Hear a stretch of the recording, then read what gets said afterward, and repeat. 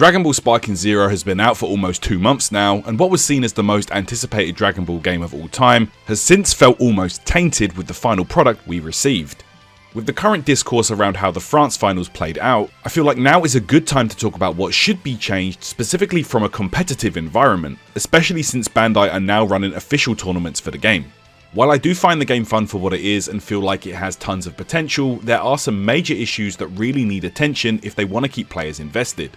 We know there's a patch coming up in December, so today we're going to break down 5 things that desperately need to be fixed to make the game better.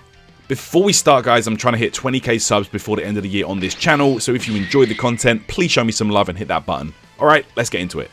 First up, let's talk about Z counter or vanish wars. If you've played Sparking Zero for any amount of time, you know exactly what I mean.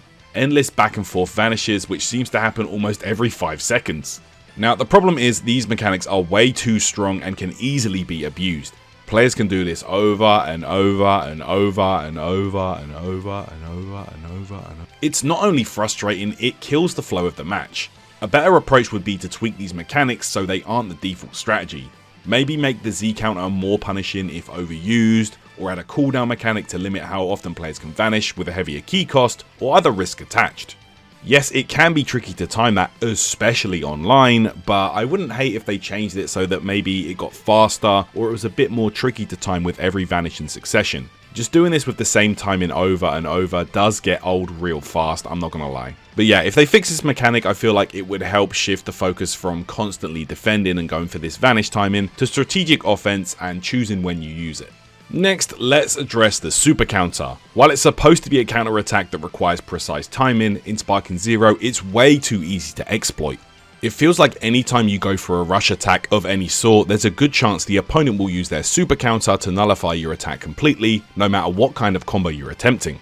This makes rush attacks feel almost useless, and whenever you see them actually being used, they're always kept short to try and prevent even giving the opponent a chance to try and super counter. Having a basic attack feeling so weak is a shame and should definitely be addressed. This has also led players to discover other ways to attack without rush strings, such as using key blast loops, which unlike rush attacks, is actually too strong and has no counterplay. Truly two sides of the same coin. Anyway, it feels like super counters feel less like a skill based move and more like a get out of jail free card that can be used at any time.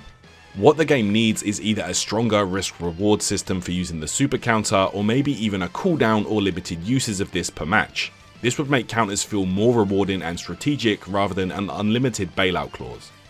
Now let's talk about the issue of running away being too powerful. Of course, if you watched the France Dramatic Showdown qualifiers, you know exactly what I'm talking about. Maybe this should have been number 1 on the list, honestly. When an opponent constantly flies away and just stalls for time, it becomes impossible to even hit them and finish the fight. The problem is the mechanics currently favour this runaway playstyle. This not only makes matches feel boring and drawn out for the players, but if we're going to keep streaming this game, it just frustrates the viewers who are trying to enjoy the action. The solution? Well, how about reducing the effectiveness of these defensive tactics? Characters that can infinitely run like Dr. Gero and Android 19 should have their key drain, or maybe introduce a time-based mechanic where running away too much starts to have a noticeable disadvantage, kind of like Guilty Gear's negative penalty. This would encourage more active fighting and make the experience way more enjoyable for everyone involved. Next, bug fixes. Every game has them, but in Sparking Zero, some bugs are really holding it back, or currently being exploited by players. We've seen issues like hitbox errors, characters getting stuck in the environment, and even some weird animation glitches that really make the game just feel unpolished. These kind of bugs take away from the overall experience and can be incredibly frustrating when they happen in the middle of a match. Tournament players are also favouring Sword Trunks right now, since he has access to a bug that allows him to bypass Z counter wars with his step in, allowing him to almost break out of system mechanics. The fact that only him and Tapion have this right now is obviously unintended and gives them a huge advantage over the rest of the cast, since Z counter wars are so common in the game. There are also reports that players have been able to use items in matches where they shouldn't be able to, like in this example of Gohan coming in with more key and skill points than he should have. It's hard to spot, but even in a tournament setting, this could be easily missed and give players an unfair advantage over the rest.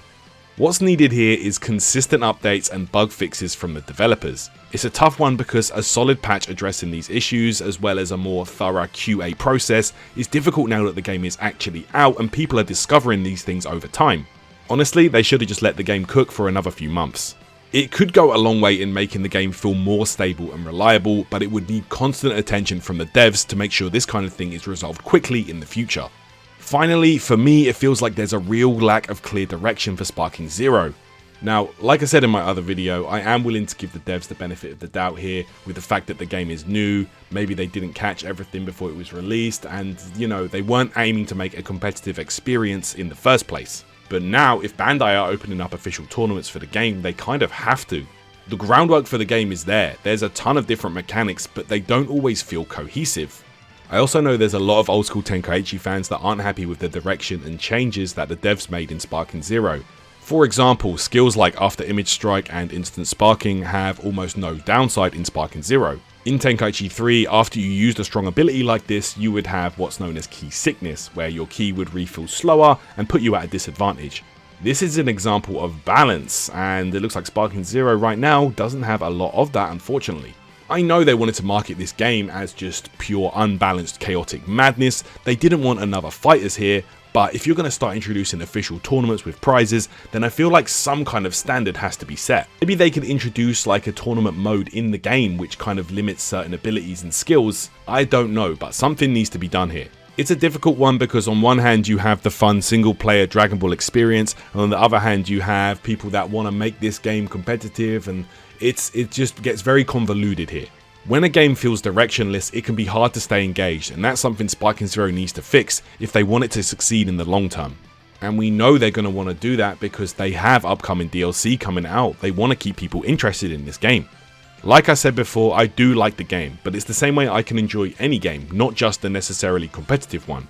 The groundwork to make Sparking Zero a bit more fair and balanced in a tournament setting is there, but if Bandai want to keep running official events or keep players invested in the future, they need to work closer with the devs to allow this to happen or enforce a rule set to prevent what we saw last weekend.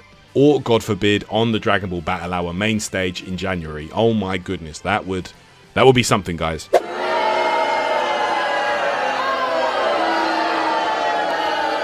So those are my 5 major issues that need to be addressed in Dragon Ball Sparking Zero. These fixes could make the game more fun, fair, and exciting for everybody, players and viewers alike.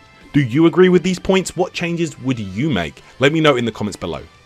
And please guys, don't forget to engage with the video. It does help me out massively. Just, you know, stuff like a like, a comment, a subscription, all that good stuff, you know what I'm saying? But yeah, appreciate you guys. I'm going to be streaming as usual throughout the upcoming weeks, so be sure to stop by my channel, and I'll see you this weekend on the Dragon Ball Sparking Zero Dramatic Showdown. I'm going to be doing some commentary for that, and I'll see you again. Take care, guys, in a bit.